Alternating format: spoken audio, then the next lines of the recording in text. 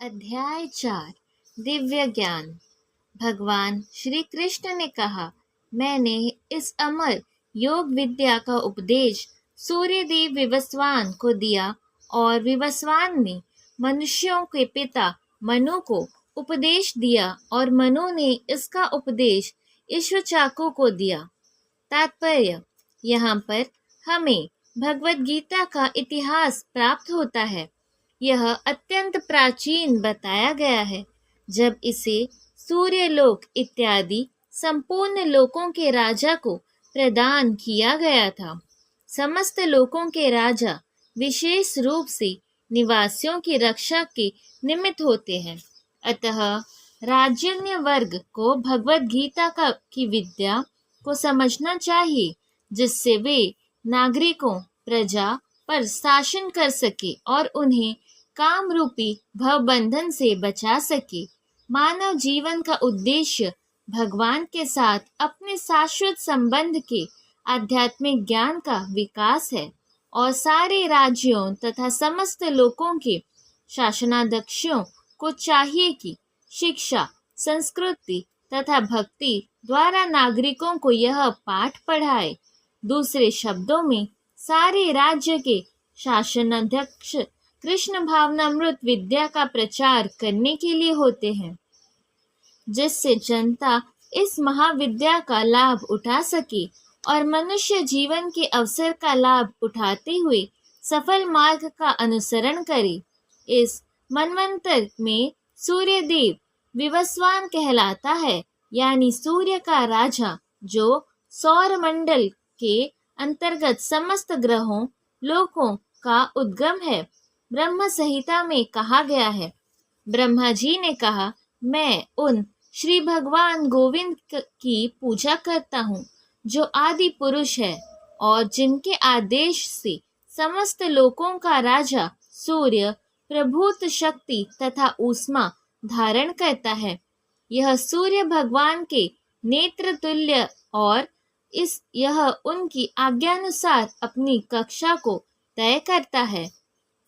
सूर्य सभी लोकों का राजा है तथा सूर्यदेव विवस्वान सूर्य ग्रह पर शासन करता है, जो ऊष्मा तथा प्रकाश प्रदान करके अन्य समस्त लोकों को अपने नियंत्रण में रखता है। सूर्य कृष्ण के आदेश पर घूमता है और भगवान कृष्ण ने विवस्वान को भगवद गीता की विद्या समझाने के लिए अपना पहला शिष्य चुना। अतः गीता किसी मामूली सांसारिक विद्यार्थी के लिए कोई काल्पनिक भाष्य नहीं, अपितु ज्ञान का मानक ग्रंथ है, जो अनंत काल से चला आ रहा है। महाभारत में हमें गीता का इतिहास इस रूप में प्राप्त होता है। त्रेता युग के आदि में विवस्वान ने परमेश्वर संबंधी इस विज्ञान का उपदेश मनु को दिया और मनुष्यों के जनक मनु ने इसे अपने पुत्र इक्ष्वाकु को दिया। इक्ष्वाकु इस पृथ्वी के शासक थे और उस रघुकुल के पूर्वज थे जिसमें भगवान श्री राम ने अवतार लिया। इससे प्रमाणित होता है कि मानव समाज में महाराज इक्ष्वाकु के काल से ही भगवद गीता विद्यमान थी। इस समय कलयुग में केवल 5000 वर्ष व्यतीत हुए थे, जबकि इसकी पुण्य आयु 4,32,000 वर्ष है। इसके पूर्व द्वापर युग 8 लाख वर्ष था और इसके भी पूर्व त्रेता युग था।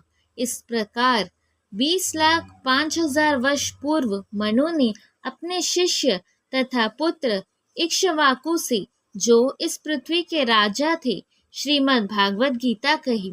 वर्तमान मनु की आयु लगभग 30 करोड़ वर्ष अनुमानित की जाती है, जिसमें हमें काफी वर्ष बीत चुके हैं।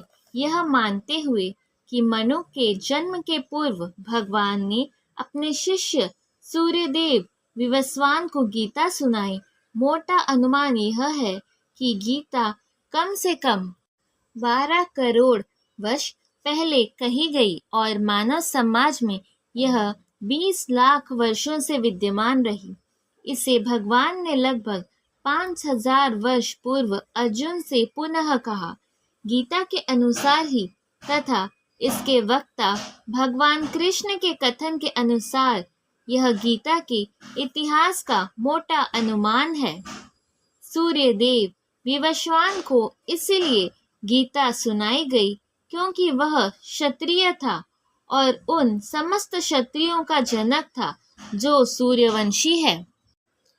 चूंकि भगवद गीता वेदों के ही समान है क्योंकि इसे श्री भगवान ने कहा था, अतः यह ज्ञान अपरुषेय है। चूंकि वैदिक आदेशों को यथारूप में बिना किसी मानवीय विवेचना के स्वीकार किया जाता है, फलतः गीता को भी किसी सांसारिक विवेचना के बिना स्वीकार किया जाना चाहिए।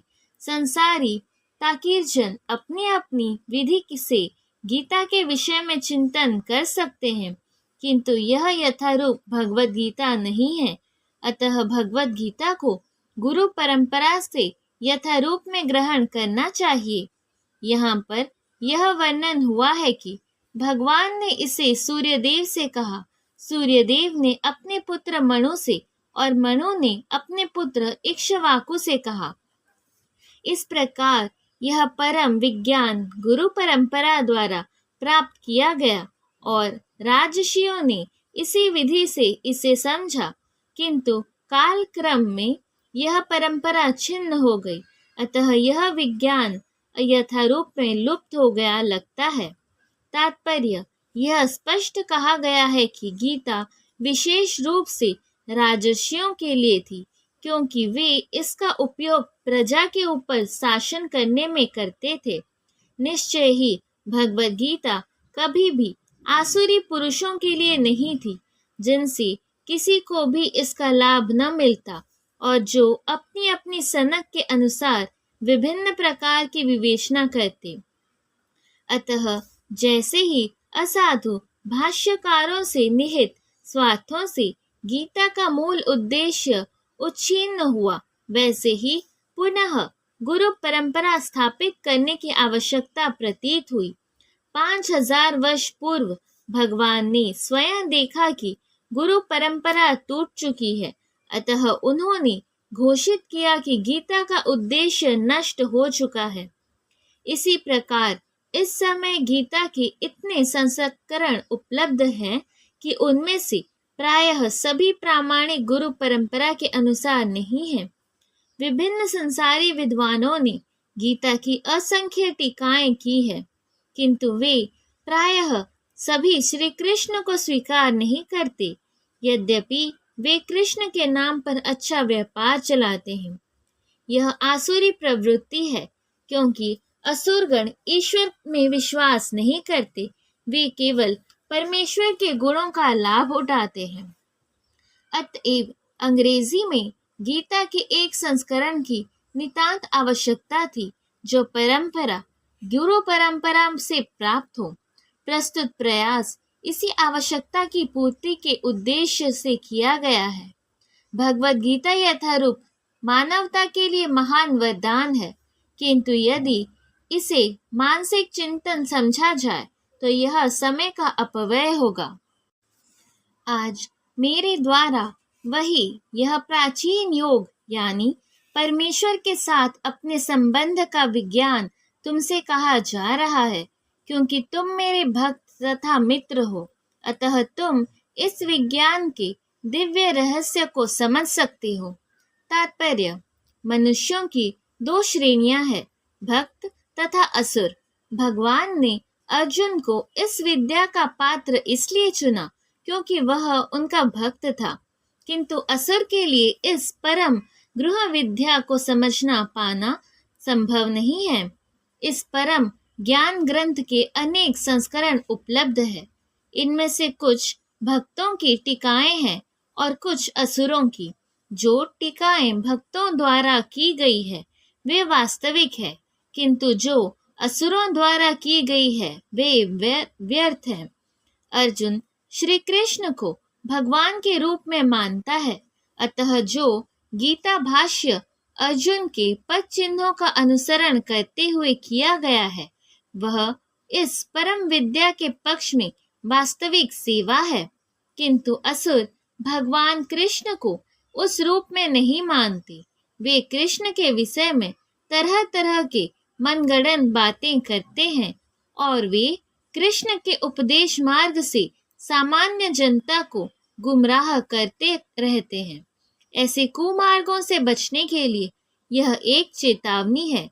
मनुष्य को चाहिए कि अर्जुन की परंपरा का अनुसरण करे और श्रीमद् भागवत गीता के इस परम विज्ञान से लाभान्वित हो।